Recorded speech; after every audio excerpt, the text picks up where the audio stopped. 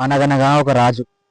Starring by Naveen Polishetty, Meenakshi Chaudhary, Rao Ramesh, Tarak Ponnappa.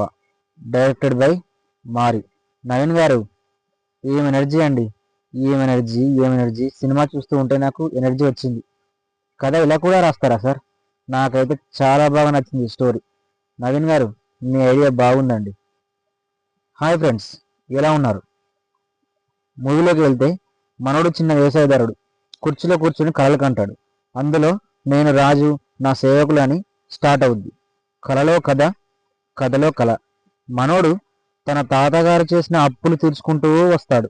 అనుకోకుండా వాడి friend ఒక డబ్బున్న అమ్మాయిని పెళ్లి చేసుకుంటాడు. అయితే నాకు కూడా డబ్బున్న అమ్మాయే కావాలని తిరిగి తిరిగి పట్టేసుకుంటాడు. కాదు కాదు, వాళ్ళే వీడిని పట్టేసుకుంటారు.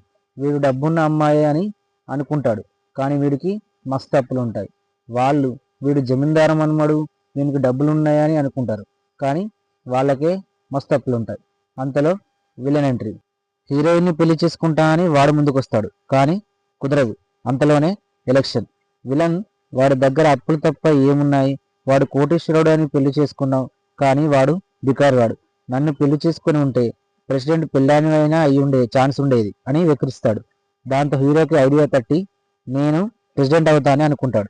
ఆ తర్వాత పాదయాత్రలు, తిప్పలు తప్పవు. చివరకు గెలుస్తాడు. అయినా మనోడు. అదంతా ఎలా జరిగింది అనేది మనం తెరపైనే చూడాలి. సో ఫ్రెండ్స్, మూవీ నాకైతే చాలా బాగా నచ్చింది. మీరు చూసినట్టయితే ఎలా ఉందో కామెంట్ చేయండి. చూడకపోతే గో వాచ్ ఆన్ థియేటర్స్.